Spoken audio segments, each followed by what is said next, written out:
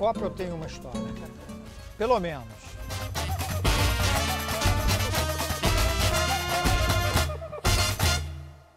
No dia da final da Copa do Mundo de 58, nós ouvíamos o jogo pelo rádio na minha casa, lá em Realengo. Eu tinha 7 anos de idade.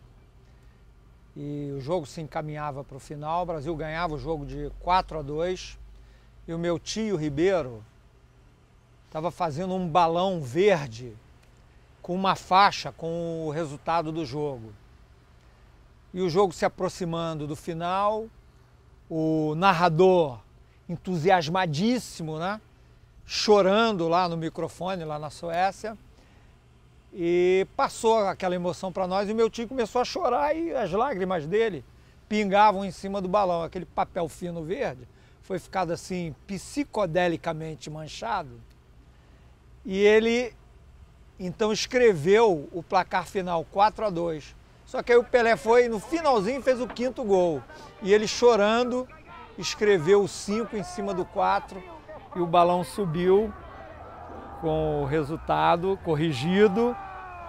E eu me lembro do balão subir e passar assim por cima do morro que tinha atrás da minha casa. Terminou a partida, Curi! Campeões do mundo, meus amigos!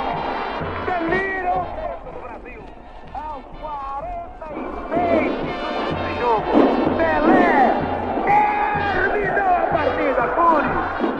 Uma das histórias engraçadas assim, é que todo mundo sonha em jogar uma Copa do Mundo, né? E essa principalmente aqui no Brasil. Eu lembro que eu fui convocado para a Copa de 2002 e eu lembro que eu estava treinando no Corinthians e no dia da convocação, né, aquela ansiedade, eu já esperava isso em 98, quando o Flávio Conceição foi cortado, passou 4 anos.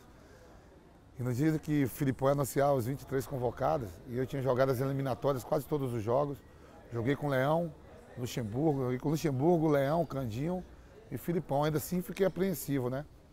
Eu saí do Corinthians do treino, fui numa churrascaria na Rebouças e fiquei suando, não queria ver na televisão. E aí, de repente, pedi uma caipirinha, que é de lei, e fiquei esperando a convocação, não tinha um telão, nada. Aí veio um garçom e me falou: Vampeta, parabéns, você foi convocado.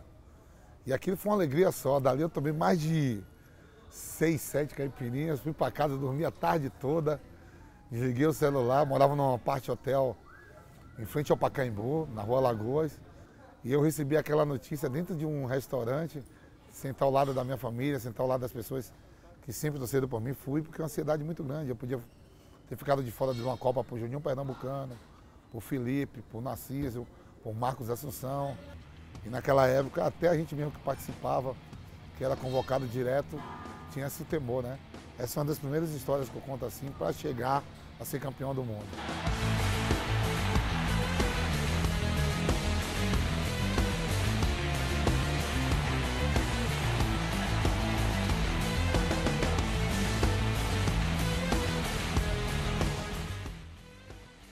Muita gente reclama da Copa de 94, mas elas reclamam pelo Brasil não ter um futebol tão bonito, né? Ter sido campeão jogando um futebol que não era exatamente o futebol dos sonhos, né, do brasileiro.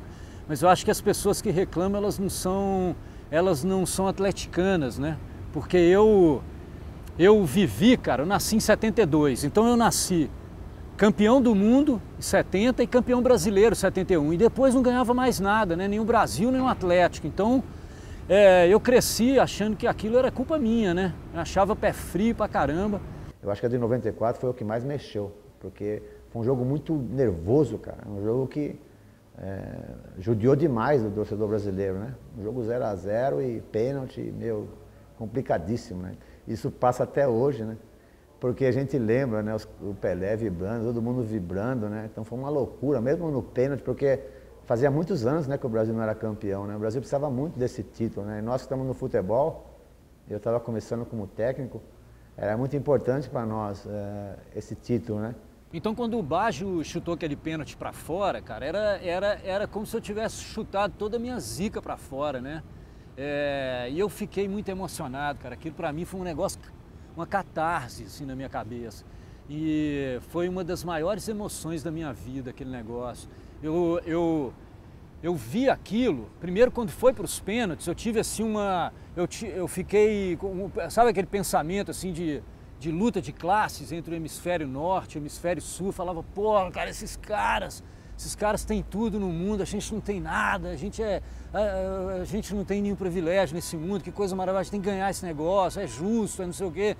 E eu chorava e tal, e na hora que aquele cara chutou aquela bola para fora, velho, eu abri a porta da minha casa, eu desci assim, uns 10 quarteirões, cara, sem rumo, sem saber assim, onde eu estava, tinha ganhado, né? Então aquilo para mim foi um momento maravilhoso, muito bonito. Eu estava na minha cidade também, com a turma, já era mais velho, né? Fazendo festa e vibrando. Como o Brasil todo para, né? A gente parava também, se reunia. Eu já jogava futebol, eu já jogava no São Paulo na época, na base do São Paulo. Até bolhas no pé, aquele dia eu fiz, de tanto que eu pulei, de tanto que eu vibrei com a vitória da seleção, né? O Brasil ser tetracampeão foi uma emoção muito grande, né? E eu, como já era jogador, já estava vivendo isso diariamente, né? Vivendo o futebol diariamente, e eu tinha que treinar no dia seguinte, em São Paulo. E os meus pés ficaram cheios de bolha, porque descalço, sem preocupação alguma, vibrando muito, pulando, saltando, no centro da cidade, asfalto. No outro dia, eu me lembrei bastante, voltei para São Paulo e tive muita dificuldade para o treinamento, e não pude treinar da maneira que eu sempre treinava. Na minha carreira, eu já tive o desprazer de perder pênaltis também, né? Porque não é fácil. E perdi numa final também com o Atlético Mineiro, e é um momento muito ruim. Não subiu tanto quanto a do Baggio, mas pegou no travessão e saiu do mesmo jeito. E nós perdemos também, né? Felizmente, quando o Baggio errou, o Brasil que foi campeão, né?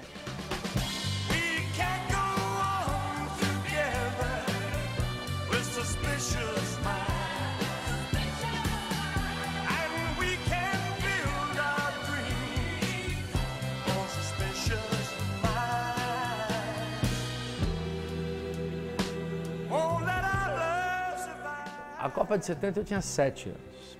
Eu me lembro de meu pai me levar para comemorar na Rua Augusta.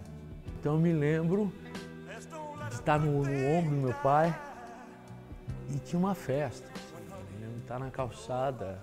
A minha memória é isso, de ter um monte de gente na rua, os ônibus passando e ter ido para a rua comemorar.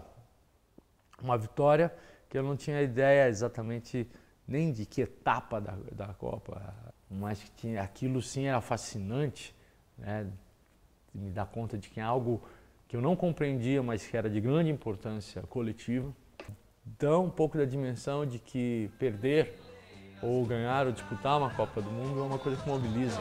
Eu te amo, meu Brasil, eu te amo, meu coração é verde, amarelo, branco, azul, anil. Eu te amo, meu Brasil, eu te amo, ninguém segura a juventude do Brasil.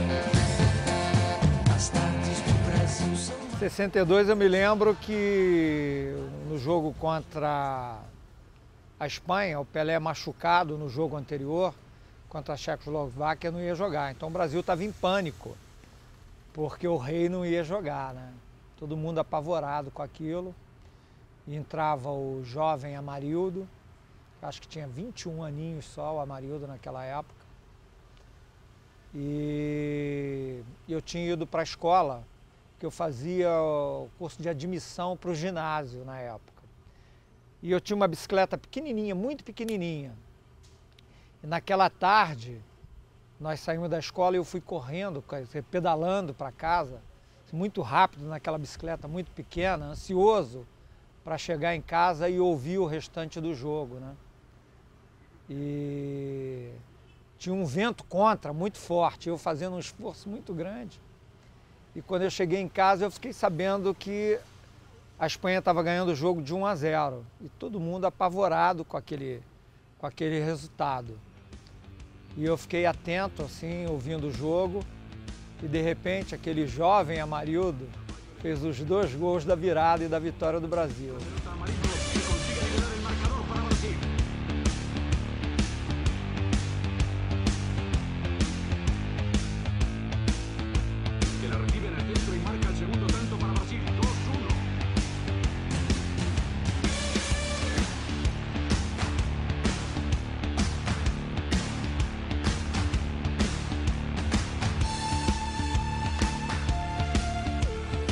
tenho uma outra lembrança muito importante, muito emocionante também da minha vida.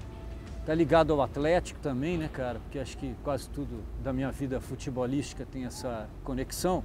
Mas era a Copa de 82 e eu tinha 10 anos de idade e o Brasil estava jogando contra a União Soviética no primeiro jogo da Copa. O gol da virada foi uma coisa que foi durante muito tempo uma das grandes emoções da minha vida, cara, porque foi aquele gol que o Falcão abre a perna e deixa para o Éder, né?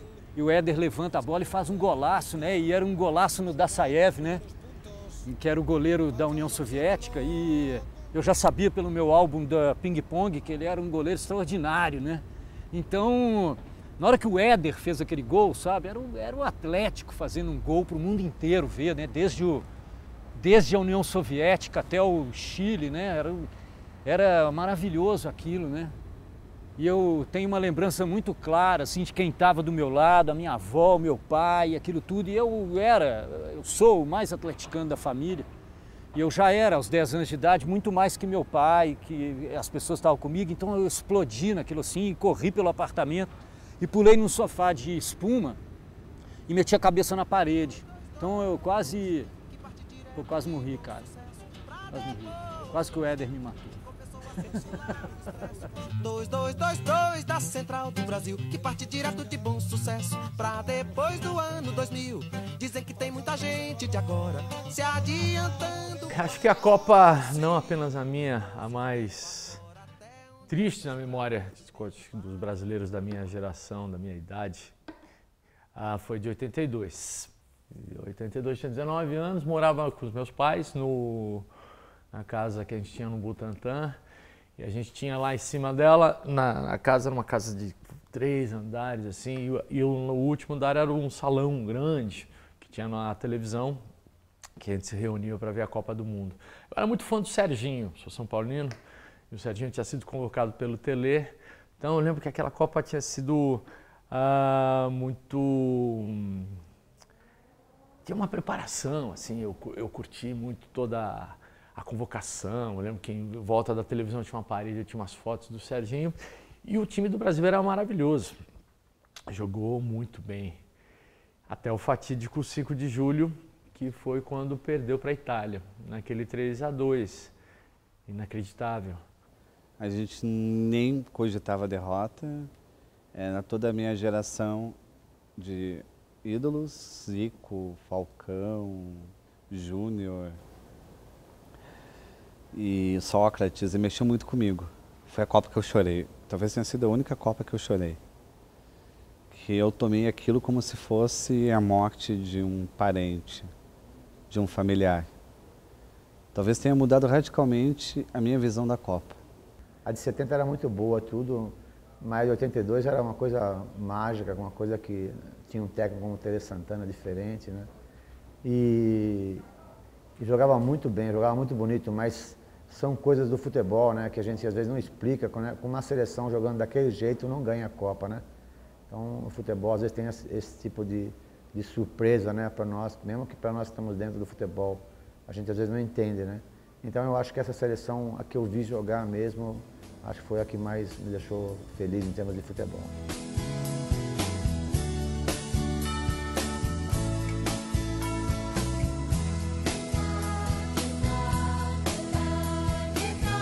Um momento que mudou a história do Brasil, assim, da relação do futebol brasileiro consigo mesmo. Durante anos, a obsessão que ficou estabelecida do futebol de resultado versus o futebol arte, acho que foi definido naquela derrota. Então eu não tenho nada mais triste e mais assim frustrante do que aquela derrota. Seria um prêmio para o futebol bem jogado, né? Para o futebol bem elaborado, né? Ainda mais por um técnico como o Telê, que gostava de ver seu time jogar, né? Então, nessas perguntas a resposta sempre foi essa, né? Nem ele tem a resposta para o que aconteceu. O time da Itália é um time muito bom. E é um time mais compacto que o do Brasil. E a gente não valoriza o time da Itália, a gente pensa que foi uma fatalidade. Não. Tanto que a Itália ganhou a Copa. Tanto que o Rossi foi o artilheiro. A gente gosta dessa história de ser fuzilado pelo azar, mas não foi.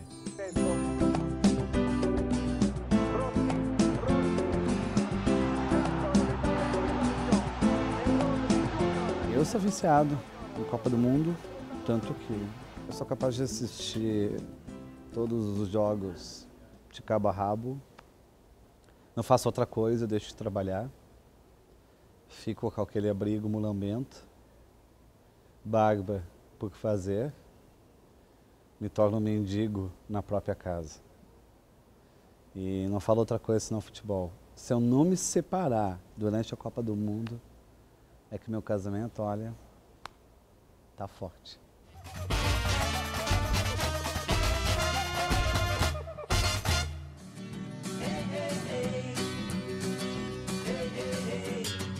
A Copa de 78, para mim, ela é uma Copa grandiosa, porque eu assisti na casa da minha avó e a gente olhava uma televisãozinha pequena e quando o Brasil fazia algum gol, meu pai pulava e ele batia com a mão assim em cima na parede, em cima da porta, em cima do umbral da porta, assim. Ele batia com a mão e eu era muito pequeno e eu achava aquele salto incrível, sabe? Então ele pulava e pai batia com a mão e eu me lembro do meu pai pulando e esse era o gesto de comemoração dele e me lembro do Leão.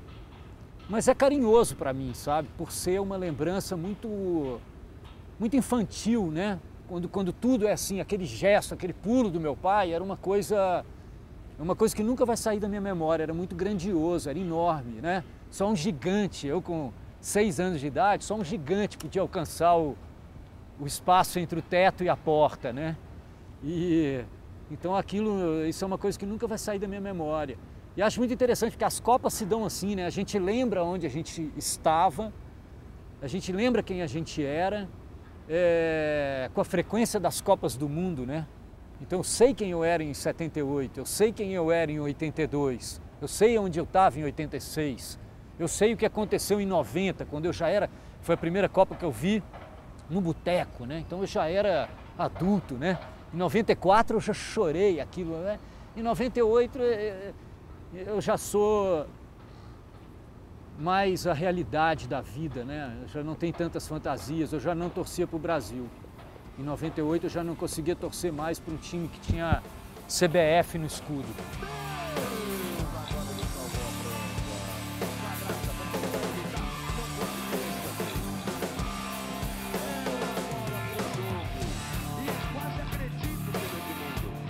Depois vem a Copa de 98, que é a Copa que eu fui.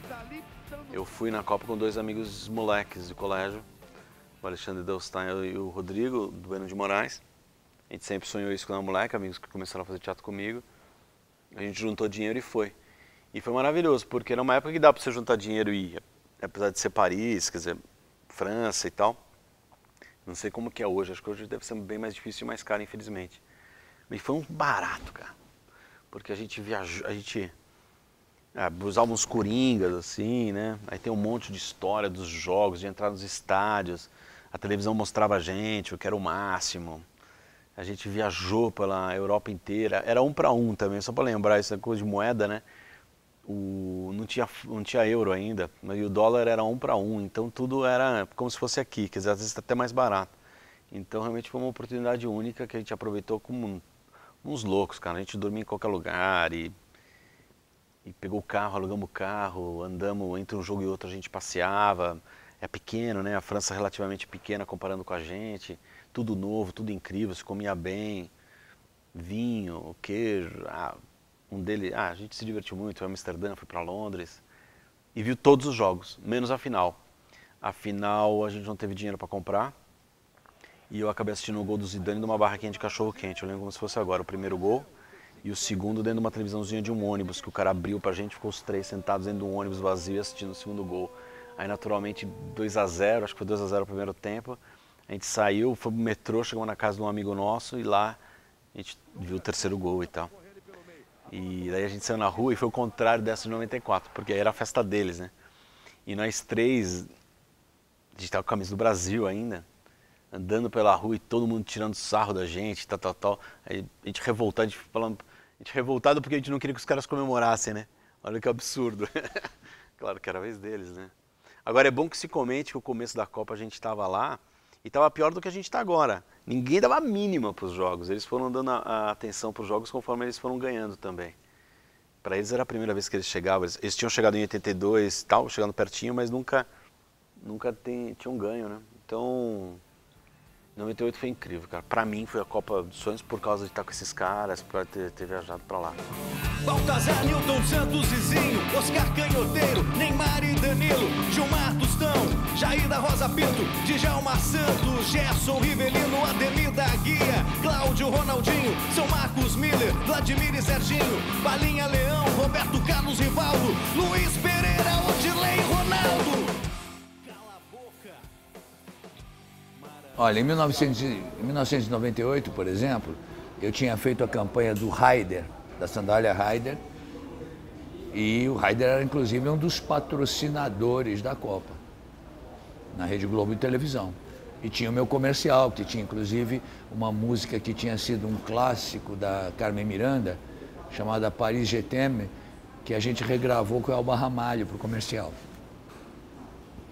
Foi tudo muito bem, o comercial foi um sucesso, a audiência sensacional, mas o Brasil não ganhou a final. Apesar do meu cliente ter tido todos os benefícios do patrocinador, eu particularmente fiquei frustrado.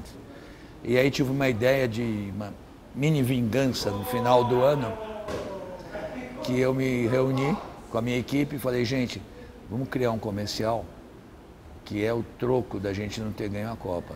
Que é um comercial que é uma fila de brasileiros, homens, mulheres, crianças, um monte de gente, fazendo gols no Barthez, o goleiro francês. E consegui fazer isso, fiz o comercial que veiculou no final do ano.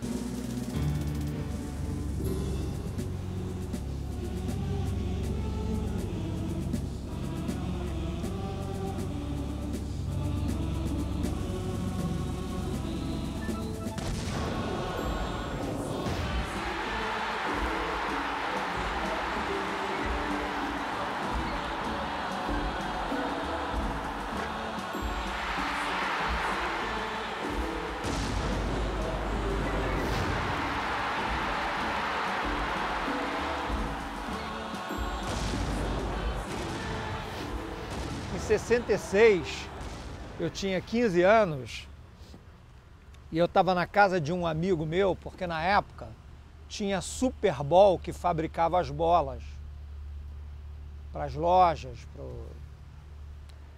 E em algumas comunidades, essas bolas iam cortadas e desmontadas, os gomos, o couro, e as pessoas costuravam. E eu, uma época, coincidentemente, na Copa do Mundo de 66, eu também costurava bola, né? E eu estava na casa de um amigo costurando e ouvindo Brasil e Hungria. No rádio, o Brasil perdeu esse jogo para a Hungria e a gente costurando bola, aí ficou todo mundo triste. Eu saí com o meu radinho de pilha, que na época já tinha, e estava me dirigindo para casa. Quando eu estava chegando em casa, a Hungria fez o terceiro gol. E eu cheguei em casa muito triste.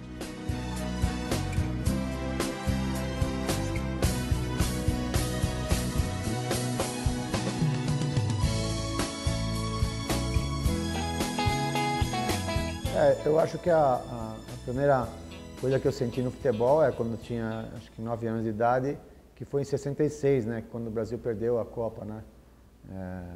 E aí foi uma lembrança triste, né? É a primeira vez que eu pude entender um pouco assim de futebol, né? Que não passava tanto na televisão, mas a gente já se comentava muito, né? Porque aí existia o Pelé e tudo, né? E aí foi quando eu comecei a conhecer um pouquinho de futebol. Conheci o Eusébio, infelizmente, contra a gente, né? Que foi Portugal. Então essa foi o primeiro contato assim que eu tive assim realmente numa Copa do Mundo, foi a de 66 e infelizmente a gente perdeu. A história que eu gostaria de contar, eu queria ver um outro Maracanaço. Não tenho dúvida que a gente vai assistir um momento historicamente muito importante. Eu tenho quase certeza que a história principal vai ser a vitória do Brasil. O Brasil vai ser campeão do mundo mais uma vez. Então a gente está torcendo muito para que essa história seja contada daqui a 10 anos, de um legado maravilhoso. Eu espero que essa Copa do Brasil deixe histórias muito alegres para a gente contar. O brasileiro adora reclamar. Uma Copa do Mundo, a gente vai ter os ouvidos do mundo para reclamar. Quando a Dilma for receber os caras, Neymar, o Davi Luiz ou o Fred possa ter dado aquele selinho e que o Brasil conquiste mais um título dentro de casa dessa vez.